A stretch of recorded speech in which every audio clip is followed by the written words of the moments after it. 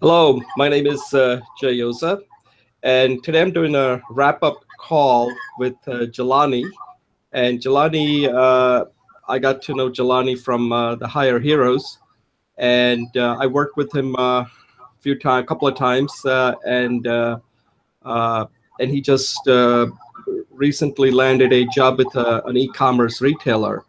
So I wanted to use this time to kind of understand, how he approached this opportunity, kind of go over his background and how he learned about this opportunity, how he engaged with Higher Heroes, and what was the whole process like in from start to finish with this big e-commerce retailer.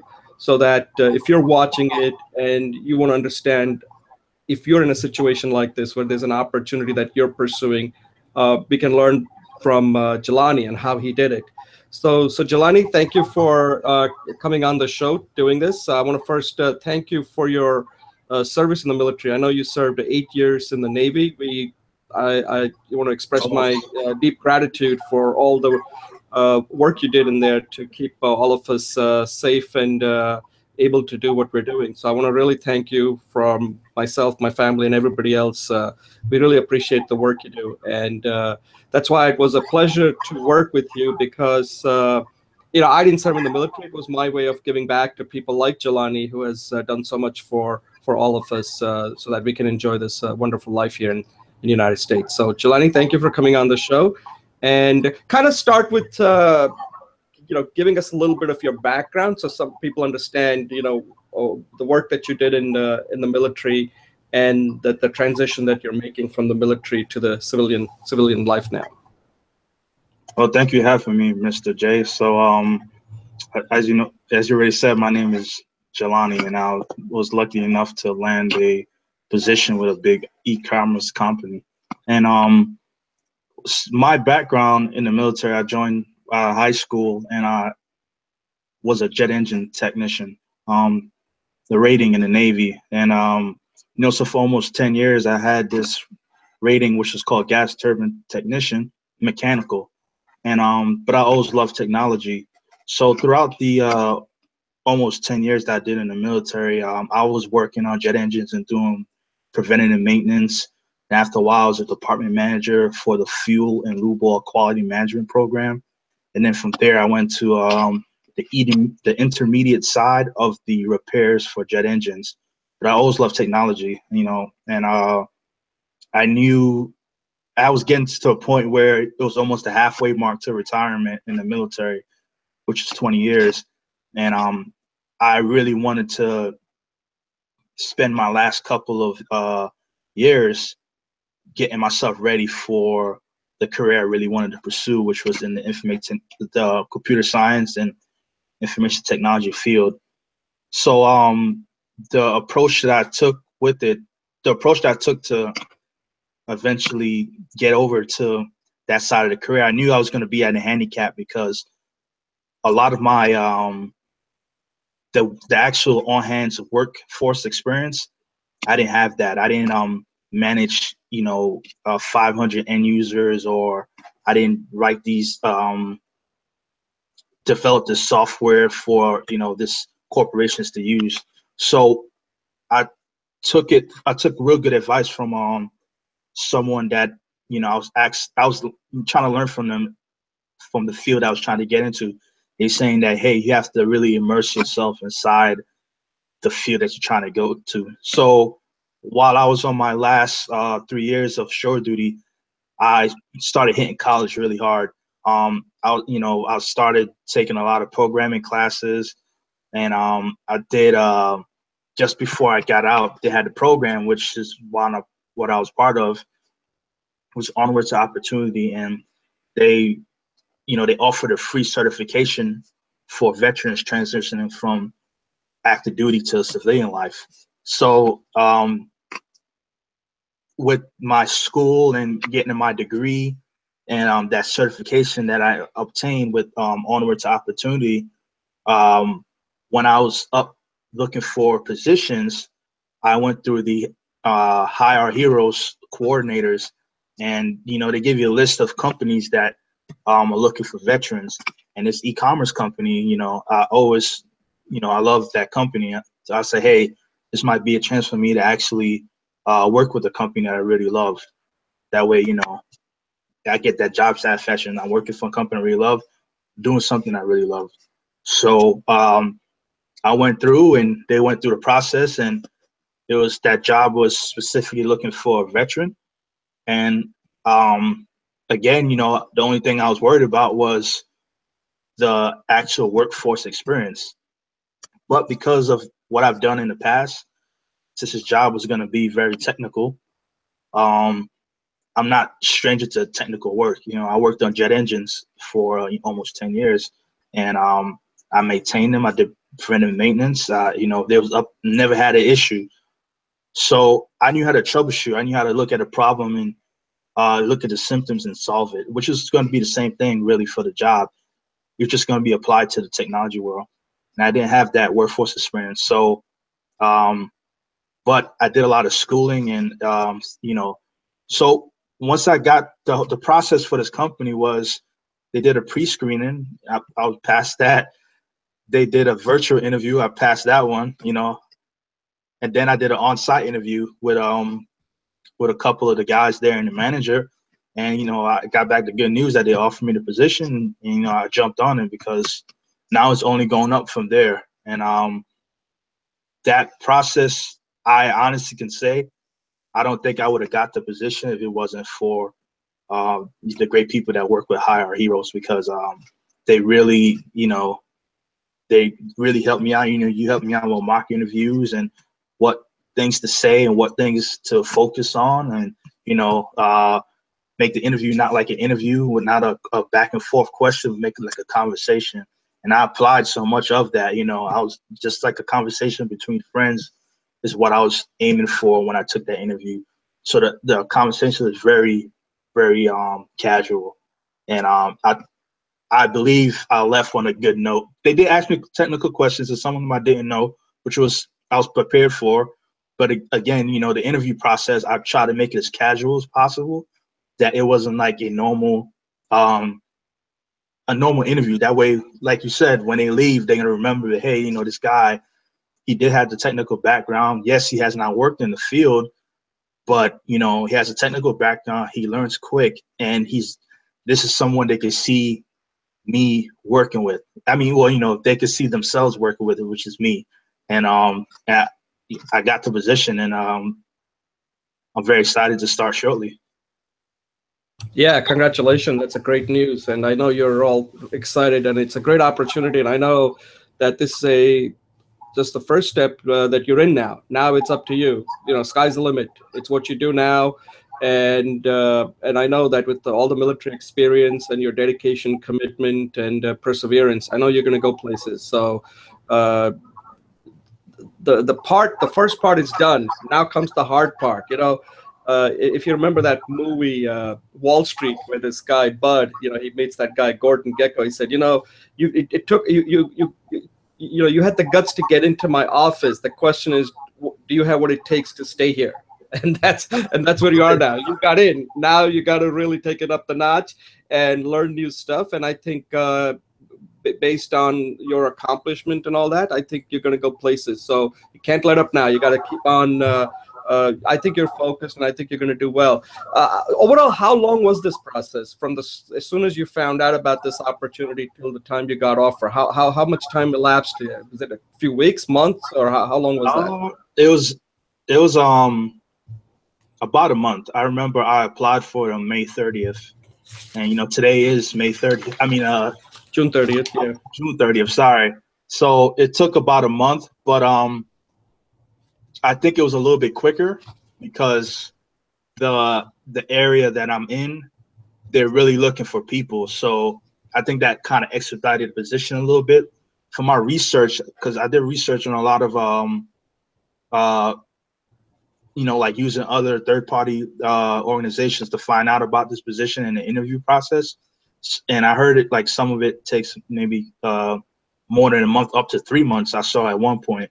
But my personal experience has been about a month, you know, a little bit less than a month. I heard back at the beginning of this week on Monday is when I got the good news. So, but I know I applied May 30th.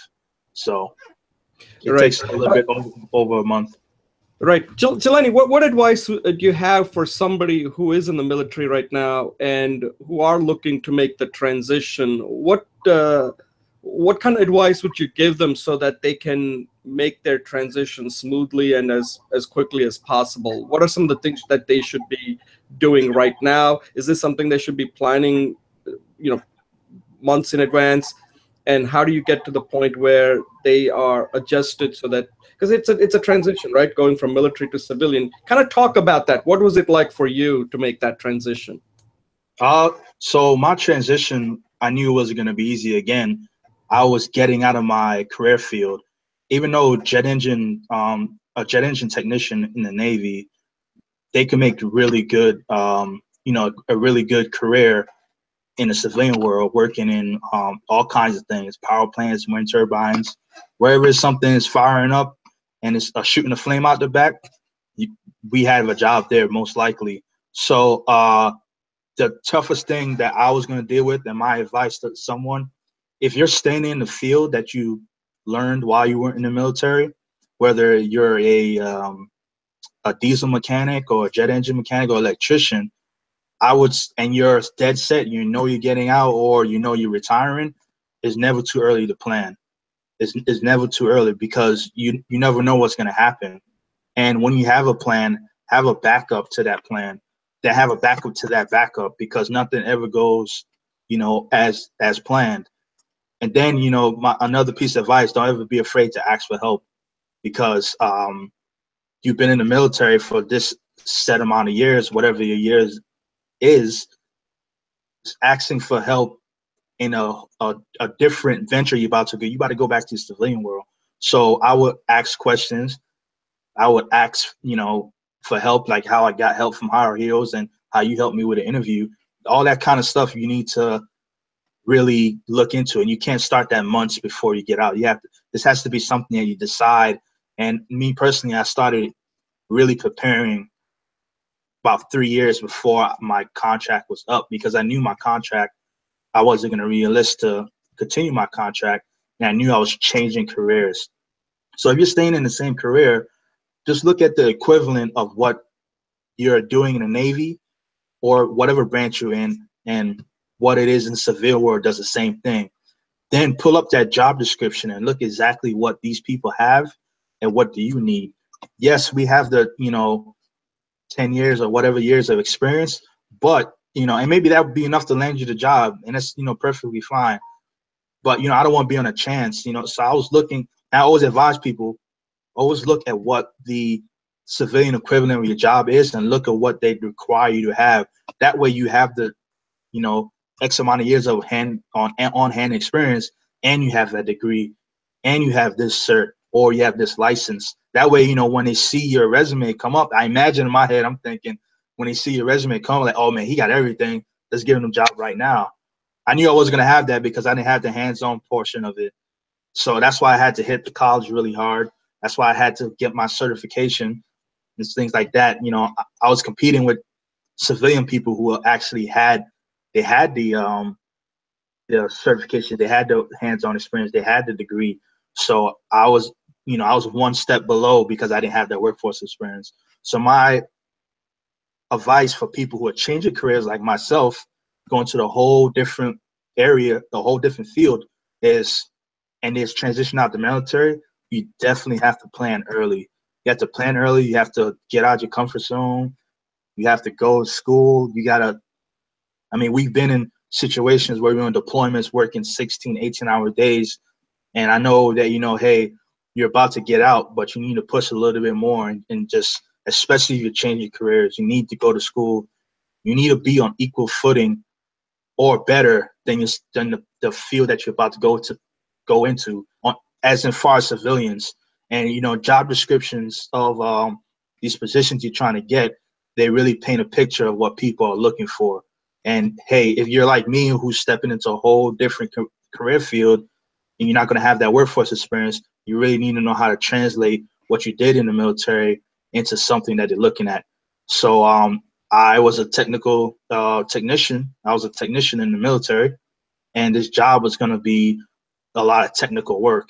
So I used that portion of it, and as you know, coached me on, I emphasized on it very heavily that I did technical stuff, and I didn't know jet engines when I was a kid. Something I learned in the military, and this is definitely a job that I know I could learn and learn it quickly and do it. So my advice to someone changing careers is you really have to know what the civilian counterparts have already and where you can catch up. Because if you're trying to change careers and you plan too late, it's going to be a very rude awakening when you get out, because now you don't have anything that the civilian counterparts have, and and that's what you need to compete in a different field. You need that, you need that cert, you need that education, you need something. You just can't get in there and say, hey, can just give me a job. It's not going to happen. So, and use the programs. The military gives a lot of programs while you're transitioning out, like Onward to Opportunity and on High Heroes, and those, some great people, and they help you out, and listen and do it and put the time in, because the more time you put in, the smoother the transition will go. And I'm living proof, because I kept putting that time in, and now I got a job with this company, and it's a really good company. I don't see them going anyway anytime soon. So I'm fairly certain in my job security with them. So that's my biggest advice. Plan, and plan, and don't. It's never too early to plan. Like I said, I planned out 3 years ahead, and I'm not being anything special. It's just I knew what I needed to do and how I needed to get there. And my thing was, I need to be exactly as close as possible to what civilians are in that career field I was going to.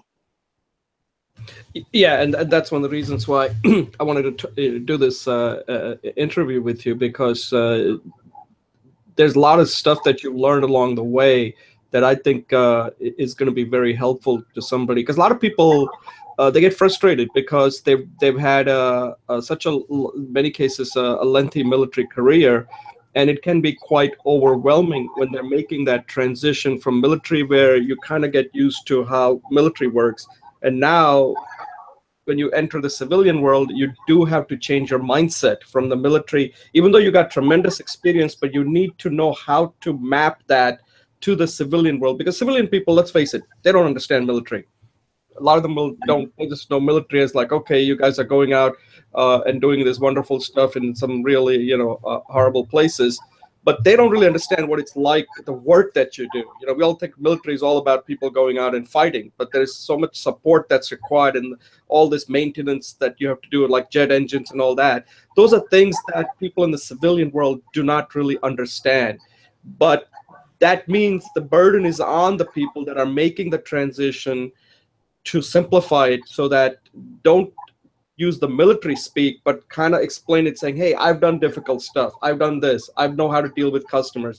I've been tested. I know how it is to be committed, dedicated, and all that. And I think those are the kind of things that you did really well. And I think it made a big difference, that rather than just saying like, I did this, because that's fine. You've done all that.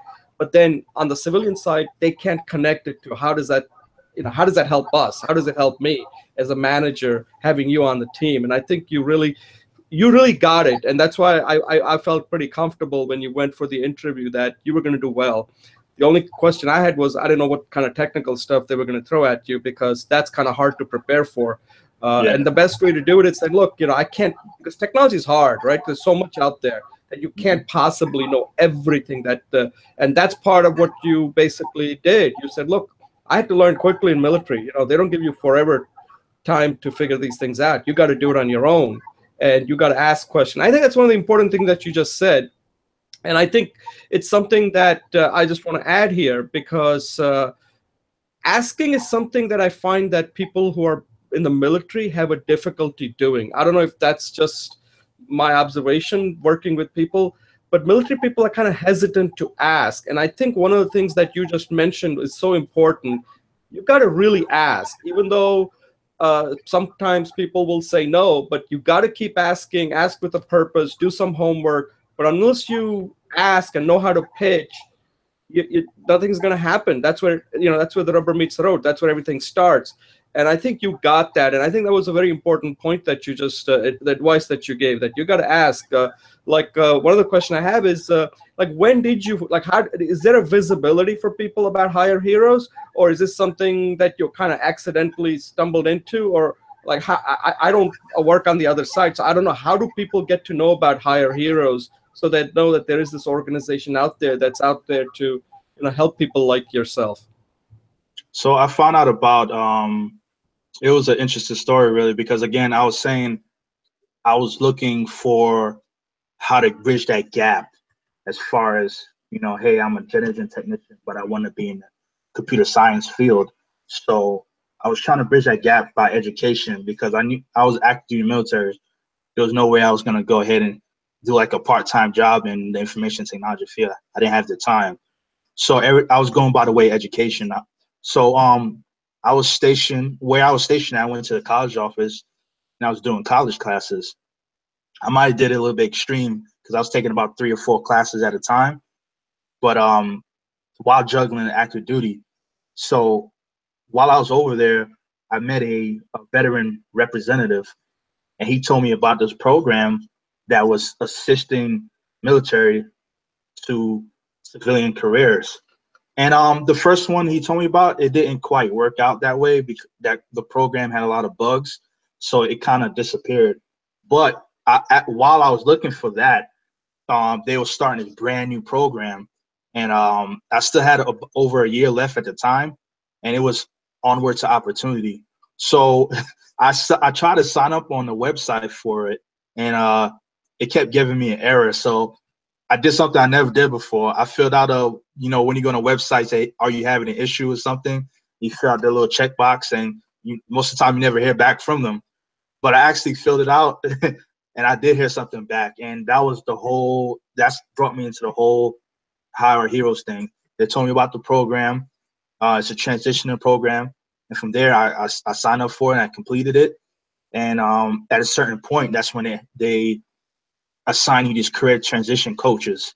And again, that was the people I spoke to, and she really helped me out. The gentleman who they tailor your resume to a state. Well, they give you a really good template of a resume, a professionally written resume for you, and this is all free. This is all for military to assist them in transitioning. And from there, after I passed the initial series of interviews for this e-commerce company, and I gave them good news. Hey, I got an on-site interview. They introduced me to you, and they said, do you want a mock interview to, get you ready for this interview? And I really wanted to be part of this company, and I said, yes, anything that would help me secure this position, I'll do it. And hey, if it doesn't work, I'll learn something new. And it did work. So that's how I heard about Hire Heroes. It was just going out of my comfort zone. I did college, and while I was at college, I found out about this great program. It didn't, it was a little bit too good to be true, but it really is true. And I kept, I kept going, and I finally, when the program kicked off, because they had to work out a lot of bugs also, it's a success. There's a lot of people that use that program, and they have found success in the civilian world, especially they're trying to change careers, or they're just trying to, get the networking part of it, because there's some great networking tools and some great education. They teach you about everything, like, resume writing, how to switch your military jargon into civilian jargon, because in the civilian world, for what I've noticed, a lot of, when in the military, we work on this $1 million equipment. Yes, it's important. It's very important. But one of the things that we don't see, I personally don't think we don't see what the actual financial aspect of it is. Meaning, like, hey, somebody did pay for it, which is the taxpayers. So what you need to, another advice that I would tell people is, you really need to, if you're going for an interview, you really need to, it's all about the money, because it's a business. They're in the business of making money. I don't know any business that doesn't that's not in the business of making money. I can't think of none on the top of my head. But what military people need to do, we need to translate that, what we did in the military, into how we could do it for them as well and make them money, because that's, or save them money, you know, because it's a business. Again, you know, I don't know any job out there that's in the, you know, in the business of not making money. And that's what you got to prove to them. Hey, if I'm gonna hire you, how can you justify me paying you what you're asking for? And, you know, and what you got to use is what you did in the military, but you have to put it in a way of, hey, I did this in the military, and, you know, this was $1 million equipment, and I kept, you know, because of what I did, this saved this, you know, the Navy this much money, and, you know, or whatever branch you're in, you have to make sure that you let them know, hey, my job was saving this much money, or my job accrued this much money, or whatever. But you know, you have to get in there and tell them how you can save business, how you could satisfy their customers, how you could, you know, make their lives easier. And that's something you really have to hit, you know, from transitioning from a military into a civilian life. So Yeah, no, that's an excellent point that you just made. You got to focus on the bottom line, because they are in for business, and if they're not making money, then you're not going to be there for long. Because no, I mean, you're not. they're in business, as you mentioned, and you got to keep that focus, because in the military they can always, you know, they need military, so they can always print more money and keep the ships and all that running. But in business, you know, rarely you'll get a government bailout like they did in the, you know, 2008 with the financial institutions going kind of struggling. But all these companies, they have to make money, so you got to understand what the top line is, generating revenue, and then bottom line, generating profits, and that becomes very important. That means you got to constantly show them that you're adding value and you're helping them either save money, make money, or becoming much more competitive against their competitors, because competitors do matter in the business world.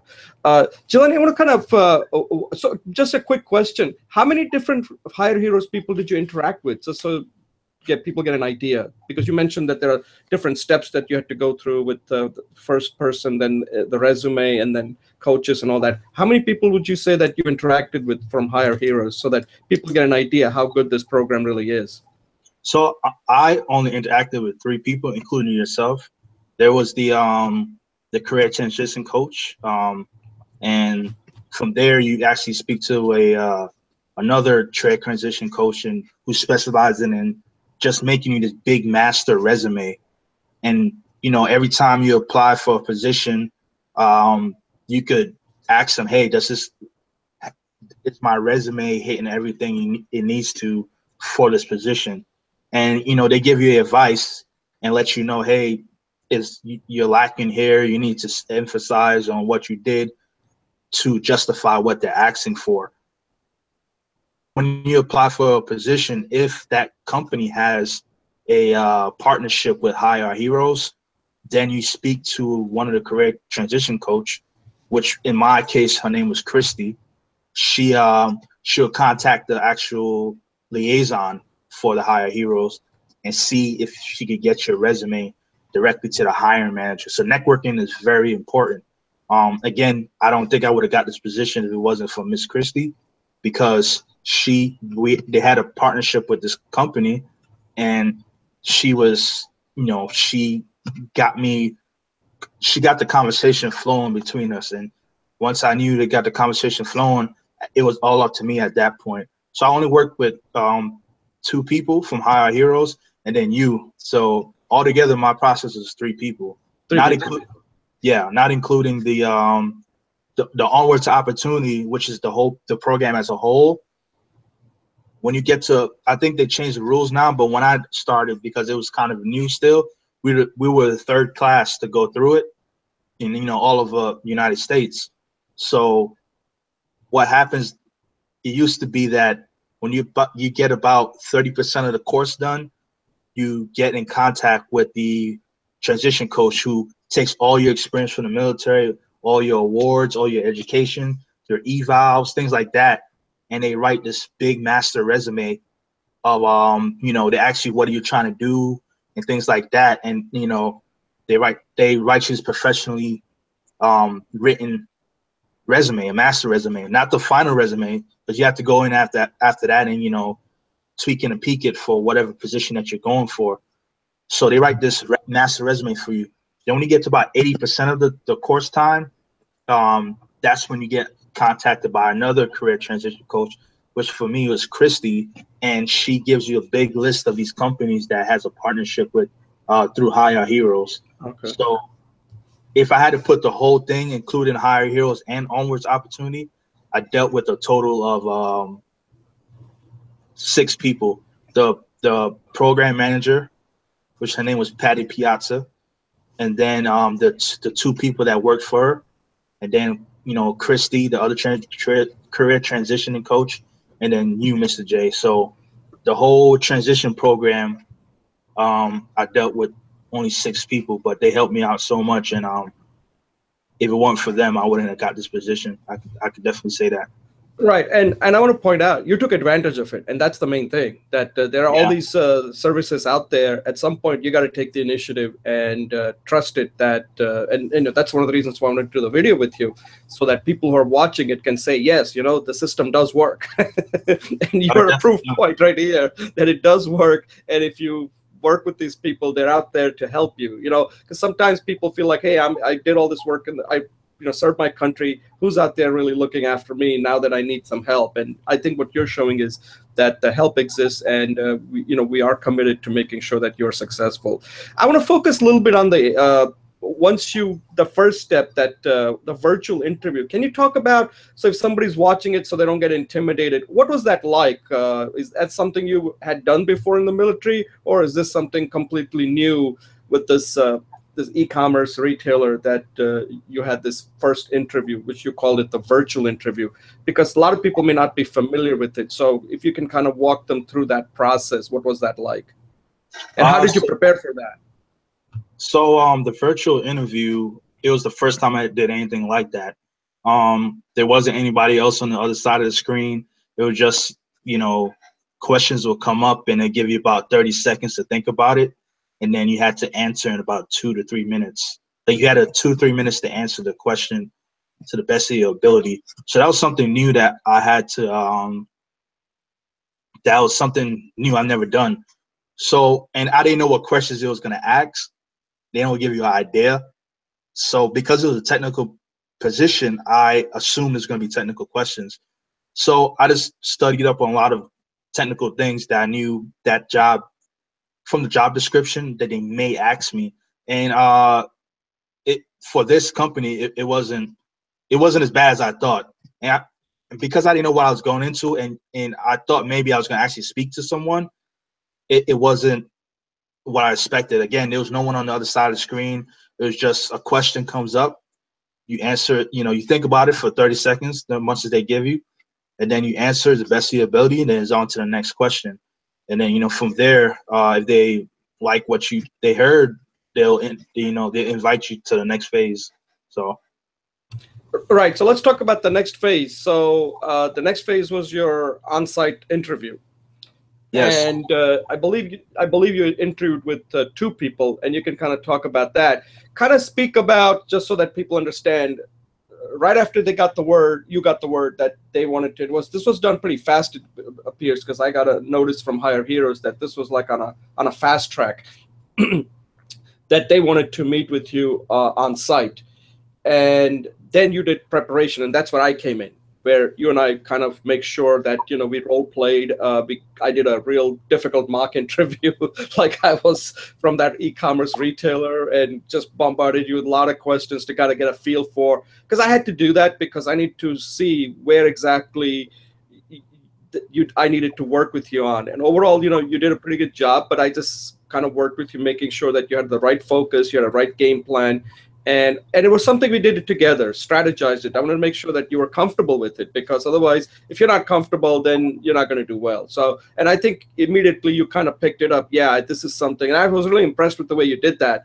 Yeah, this is something that I didn't do. And you immediately wanted to know more about how I can position myself better, how I can create a message that would capture their attention, so that at the end, they would know exactly what you're about.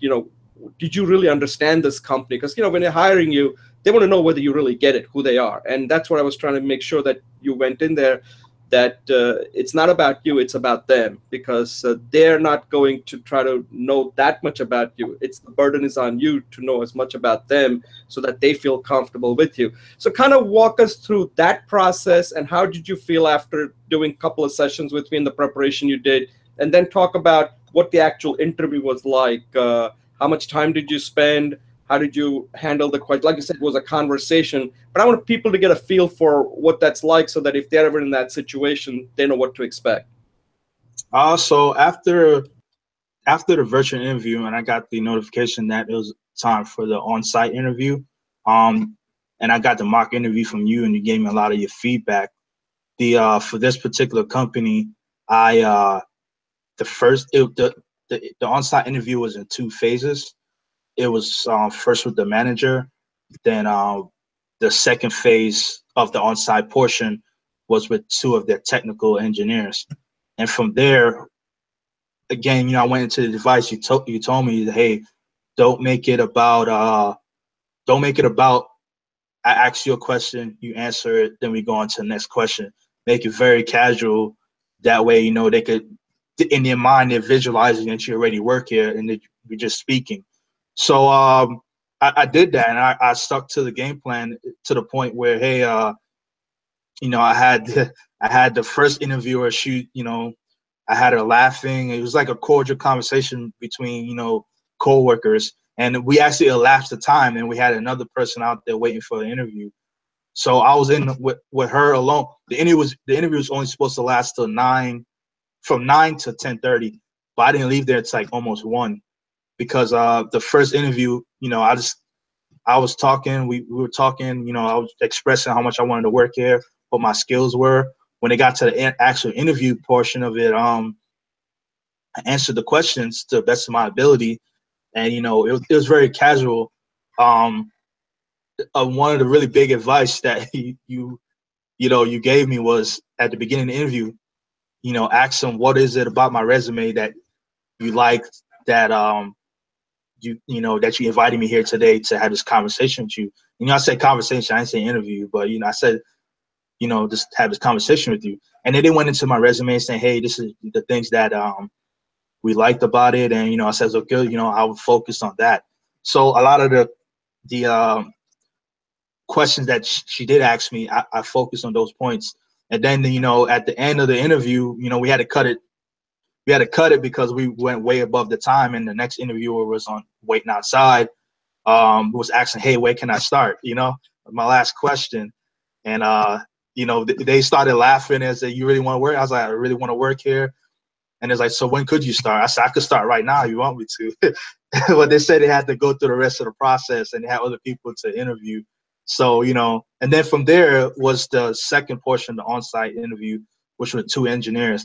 And I was a little bit, I knew, hey, the manager good questions, but it wasn't to try to trick me. It was like just to gauge what I knew. And for the engineer portion, I thought they was gonna be, like they were gonna grill me and ask me all these technical questions, and they did ask a lot of technical questions. But the portions of the questions that weren't technical were, I think I knocked it out of the park as far as how I answered. They asked me, hey, what do you know about this company? Why do you want to work at this company? There are certain aspects about the company that they really want you to, they want you to know if you know it. And like, I know this e-commerce company, I love them. And, I did a lot of research into the company, and there's actually information out there. So I knew that, and they were impressed with that. When it came to the technical portions of it, I answered the best as I can. I knew I'll say about 50-50 in there. Like, hey, either I knew it. If I don't know it, I'll let them know, hey, I don't know that. I cannot answer that for you right now. But so the whole time I was smiling, I try to make the conversations as casual as possible. And, we went over the time again with those 2 guys. And, and from there, I asked them the same question, hey, where can I start? And then, they said, well, it's up to the manager. She makes the decision. So, after that, I left, went home, and then, it was on a Friday, so I was sweating the whole weekend thinking, hey, am I going to get this position? I was confident. I had them laughing. I had it very casual.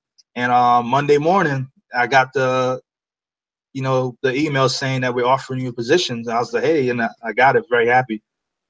So that's how I do.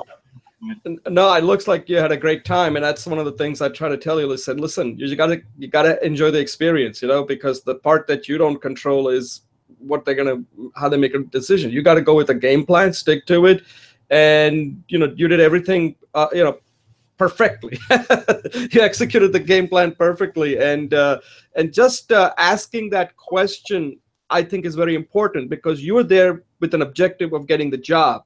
And there's no point in leaving there without knowing that, hey, I like this company. I like you guys. I want to get started right away. When can that happen? And I think that shows the confidence you have, that, that you're willing to take the initiative. And sometimes these little things make a difference. You could answer all the questions well, but if you don't show them how badly you want it, then they think like, I'm not sure he answered all the questions, but I'm not sure whether he really wants this job, So you got to, if your objective is to get the offer, you got to ask for it, and never be shy of asking for things. And if you ask with a purpose, and you did that, you ask with a purpose. I always say there's an ask, right? There's ask with a purpose. There's ask with a purpose, provided you've done your homework. And it seems like you did everything, and that's why it made a big impression. I mean, those little, we don't know what part. That's something you're going to have to get back to me on when you start after a week or so. Like, hey, what made the difference? Because I like to know that. Where did they feel that you really, turned it around, say, this is the guy we want? And that's something that they don't tell you right now. But once you get to know them, you'll be able to find out. And I like to know what exactly was it that they got really impressed with. It could be a combination of many things, but there's always that one thing that makes the difference. Did you kind of get the idea what was the one thing that made the difference? Again, I think the thing that made a difference for me was not speaking about my technical background, was my love for that company. And I didn't know who's gonna be interviewing me, but they did provide me with one name, and I looked her up and saw her background, and she had almost, like I told you, she had almost 30 years in the career, So I was like, okay, well, she's definitely, 30 years, that's as much as I've been alive. So for the whole career, she's, been in the career field as long as I've been alive. So when the interview came up, I told her, I was like, I looked you up on LinkedIn, because that's another great information tool right there. I looked you up on LinkedIn and I saw that, you've been in the field for, about almost 30 years, and I asked her about her background. How did she get into there? Again, make it very casual that, hey, I want to know, how did you get started and things like that. And, I think I asked the same question to two engineers. How did they get into it? And then I asked the question to both of them, is there anything about my background that you're concerned about with me being able to perform this job? And, they said that, for that particular company, they love hiring from within. And, personally, the two engineers, they started off at something completely different. And, and you look at them now, they're high up there. So I think because I knew about the company, I talked really confident. I really knew a lot about the company. And I showed an interest in how they got to where they was at now. And I built that, in that little small time, I built at least the idea that, hey, this guy, he'd be great here. We get along with him, things like that. And I want him to visualize as much as possible. And I think that's when I really knew, hey, this interview is going real well, because it's not, hey, they weren't grilling me with questions. It was like, I was asking questions, they asked me questions. They started asking questions, then I started asking questions. It wasn't back and forth like, I'm not explaining it, but it was very casual. And I believe that, that was when I really thought that, okay, well, I really got a good shot at getting this position, because it was really casual. Yeah, it seems like what you're saying is you established that rapport so that they felt like, hey, I can work, not only this guy knows the job, he can do the job, but, we can work with him. Because another thing is, you're going to be with these people for a while, long time, right? You're going to spend a lot of time with them. So they got to feel like, hey, this guy is like somebody we can really, because that's why I think one of the point that you made, which I want to kind of emphasize, is that casualness is very important, because the reason why you're doing that is that you want to create that feeling that you're not a stiff, that you're somebody that they can, if they say something, you're not going to get upset, that it's part of the job. You have a common purpose, and sometimes things get said, but you're not going to take it personally. As long as we know what we're trying to do, that's fine. You're part of a team, and I think that's part of that casualness, that you become a person that becomes like, hey, I'm willing to take your criticism, I'm willing to learn, and that's what you want to do, because it kind of works both ways. And also at the same time, you want to feel comfortable with these people. Like you said, when you were saying things, this woman was laughing and all that. That kind of shows that, hey, there's a humor here, that there's a playfulness, and because sometimes when you're working, you want to make sure that the people that you're working with, they have your back. That if you make a mistake, they're not going to chew you out or anything. And I think that's very important that you do that in an interview. And I think you did that really well, which I think that was excellent. I want to close it. I want to respect your time. So are you going to be going through some training now? Is that the next step? And then what do you plan to do? So now you're going to start soon in another week. So what is your next plan? I mean, you're going to just hit the ground running and just work your tail off for the next 6 months, year, and then that could then kind of assess, or like, what is your overall, have you thought about it? Like, because you need, another thing I want to kind of emphasize is, I would suggest you put together a 90-day plan for yourself. Okay. Because time will go fast, but you want to be focused. The way you've been focusing and planning up to this point, that can't stop now. So I would suggest you put together a 90-day plan on what exactly do you need to do. And every 90 days, you should put a plan together. For this 90-day, I need to get up to speed with this. I need to do this. I need to get to know the people. I need to get to know different people, understand different parts of the company, and then assess yourself after 90 days, and then put together another 90-day plan. So keep putting a 90-day plan for yourself as you move forward now, because as far as your career is concerned, you got to control your career, okay? You're getting a great opportunity, but now you can't let up. You got the same planning that got you to this place. That same planning is going to get you to that next step. And I agree with you 100%. And one of the questions I asked them while in the interview was, where do you expect to see me, if I was hired for this? And, I didn't say if I was hired. I said, so, where do you expect to see me in this, when I start working here, where do you expect to see me in 30, 60, and 90 days? And I kept saying that. I didn't say if I was hired. I said, where do you expect to see me in 30, 60, 90 days, and in 12 months? So they brought up something real good, something that I knew that, hey, this is going to be something they're really going to look at hard after if I was, now I am hired, but was the questions, that the technical questions, they were saying that the questions are more to see where I'm lacking in skill and what they need to work on. So that's my plan. And I've been doing it even now, even after an interview was done. I started looking at the questions I got wrong and trying to learn more about that area so I can never get that wrong again. So my plan is to now work on the areas that, for the questions I got wrong and I didn't know, to bridge that gap and eliminate that factor that I didn't know that question. So for the next 30, 60, 90 days, I'm working really hard on the things I didn't know.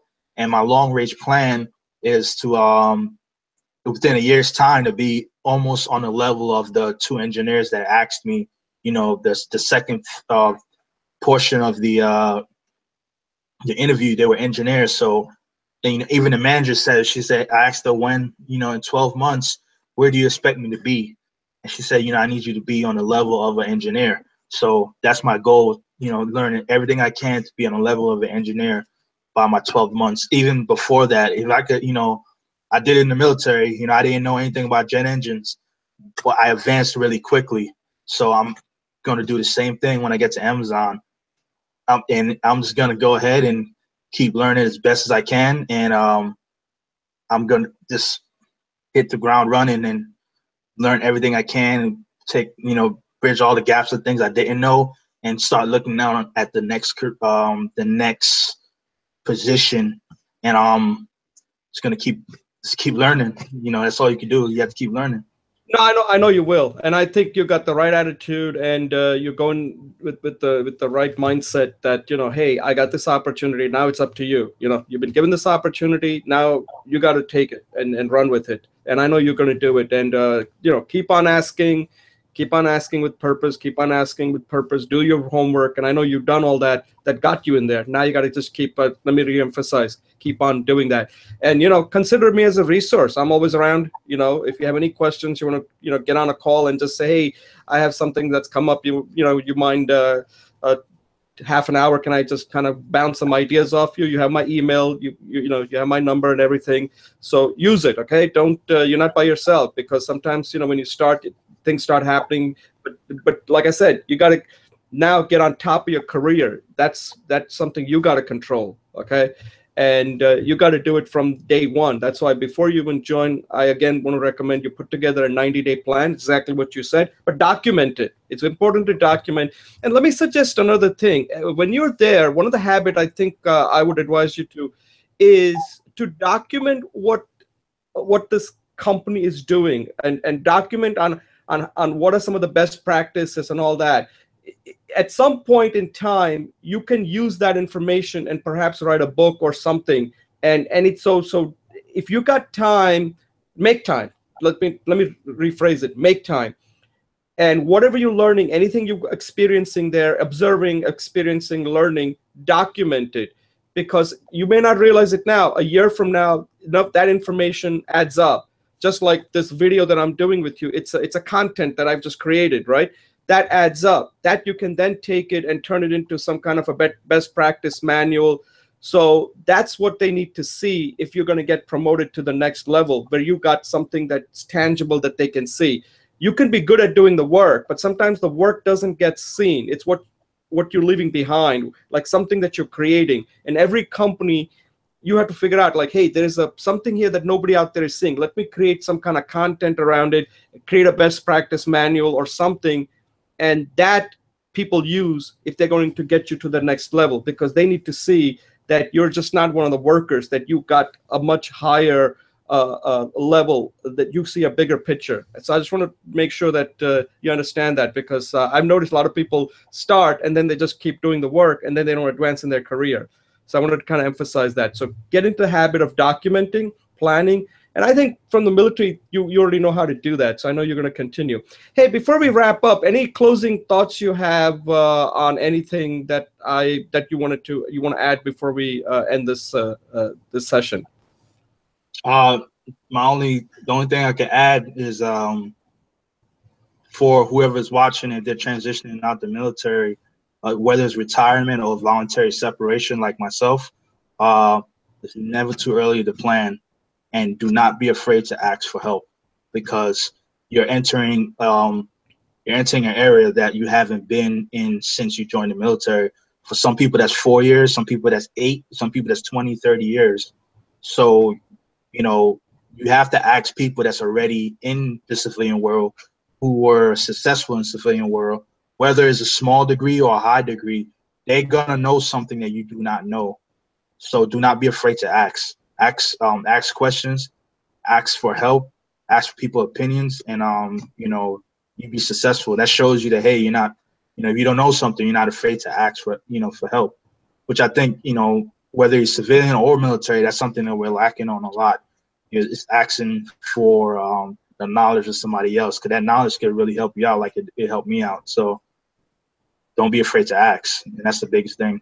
My biggest advice for somebody. To ask, then ask. Excellent. Hey, listen, I want to thank you for coming on the show. Let me also, again, thank you for your service in the military. We really appreciate all the things that you've done. And now that you're on the civilian side, I'm sure you're going to do the same and help other vets out like you've done on this video. So let's continue to help our military veterans out. And I want to wish you all the best. I think you're going to do well. And like I said, if you have any questions or comments, any type you want to reach out to me, you have my number. Please do so, because I want to make sure you're not only you got this job, but I want you to be successful and get to the next level. Oh, thank you, thank you. I definitely will. I'm always trying to help somebody out with something I've experienced myself. So I'm definitely going to help my brothers and sisters who are still in the military. If they, whether they ask me for help or not, I'm going to ask, hey, do you need help? Or, this is what I've used to become, this is what I used to get to this position I'm at now. So thank you for all the wisdom and knowledge that you gave me going into this interview. And, Right. Hey, you're the one who executed. So hats off to you. That's why I wanted to get out and say, hey, with all this stuff, right? What worked and what didn't work? So I wanted to just kind of get that feedback from you. So again, Jelani, congratulations and thank you. good luck. Okay. Thank you. Thank you. All right. Take care. I'll talk to you later. All right.